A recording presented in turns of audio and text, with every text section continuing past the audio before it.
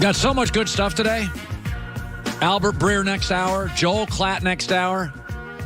Let's bring in a guy. He's like our Rondo, Joy. He's our instigator. He doesn't spit on people, though. He is very difficult, except on our show. He is Rob Parker, USC, teaching sports commentary, Detroit News, New York Daily News. You're a baseball guy through and through. You have a Hall of Fame vote. Yes, and my first World Series I ever covered, you ready? 1986 Mets Red Sox, which was a classic 7-game. God. That was my first. I was 22 years old. My first World Series I ever covered. You were getting paid for it. Yes. Wow. Paid big time by the Daily News. So you're a kid from the Queens. You're from Queens. I'm from Queens. And you got to cover a Mets World Series. Can you believe that? That's incredible. 22 years old. I'll never forget it. Okay, so you're a big baseball guy, and you and I talk off air a lot. When I have a baseball question, I'm always asking Rob about questions. Now, I've said before, I do like analytics to a point. I had lunch with Daryl Morey, Houston Rockets GM, the other day. He was laughing. He goes, I like your analytics. And I said, I like them. But these are men in their 20s. They've got egos.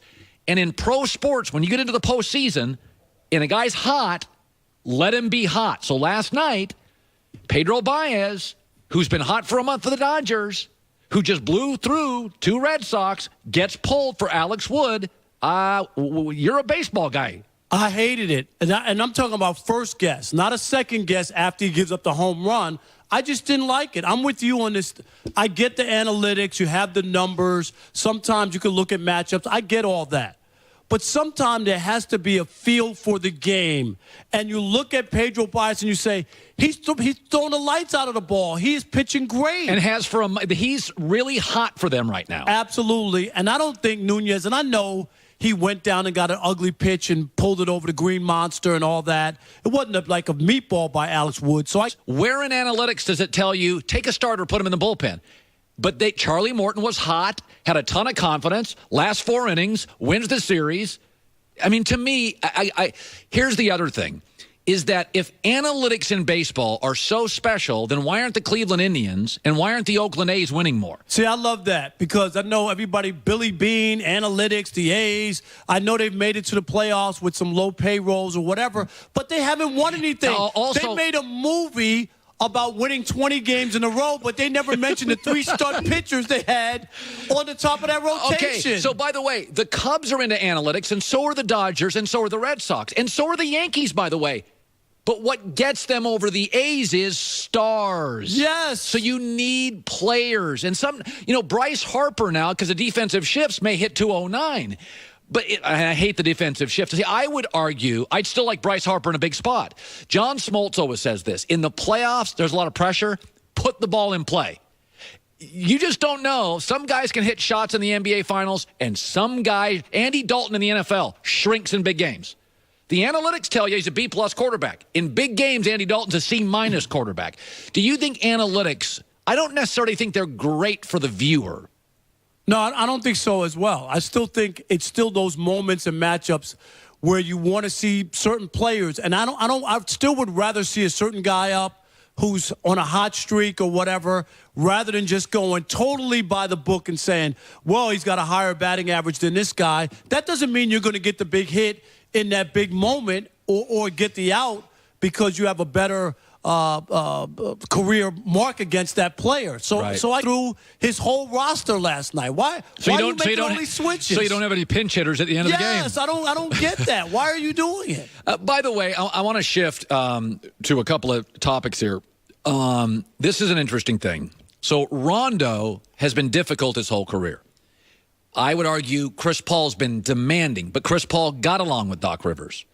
Chris Paul gets along with Mike D'Antoni. Rondo couldn't get along with Rick Carlisle, who may be the nicest guy in the league. And I know Rick from Detroit when he was a head coach there. Rick is one. I covered him in Portland. If you can't get along with Rick Carlisle, you can't get along with anybody.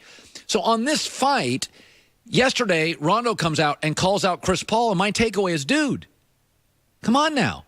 There's a reason you're on your 6th team in 5 years. And I also wonder this. Chris Paul's LeBron's best friend.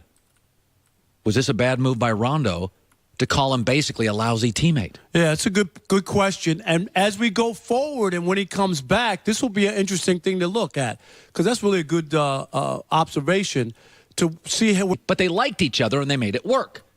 And LeBron and Bosh didn't work perfectly. LeBron and Love didn't work perfectly. But LeBron liked them, so it worked. We know that LeBron and Lonzo both need the ball. It's not a perfect fit. Let me ask you this, though. LeBron can make anything work. Rondo is intense and difficult. Lonzo's the opposite personality. Chill, laid back. Sometimes too laid back. That's right. The criticism's a very good point, Rob. The criticism of Lonzo, he's too chill. But if the intense guy at work wears you out, you tend to go the opposite direction. This Rondo fight, is it potentially helping Lonzo? The chilled, laid back. LeBron's like, dude, I can't take Rondo. He's calling out my best friend. He's too intense. I'm going to go the opposite, go with chill, laid back Lonzo. This is a big moment right here, I think, Colin, from the standpoint of if Lonzo continues to play, and he's played well, right? Continues to play well. 7 threes. And make those open threes when the ball comes. Now, if he was clanking them, it would be a big, different situation where they couldn't have him in there if he's not knocking them down. He's knocking them down, and he's taking them with nobody. They are different players. Oh, good, totally. Okay? So I get that. But if you're the Lakers, you got to take a look at Lonzo to see really, A, can he play with LeBron? Is he as advertised before he got drafted? Is he really that guy? Or is he a bust? Is he not going to be that guy?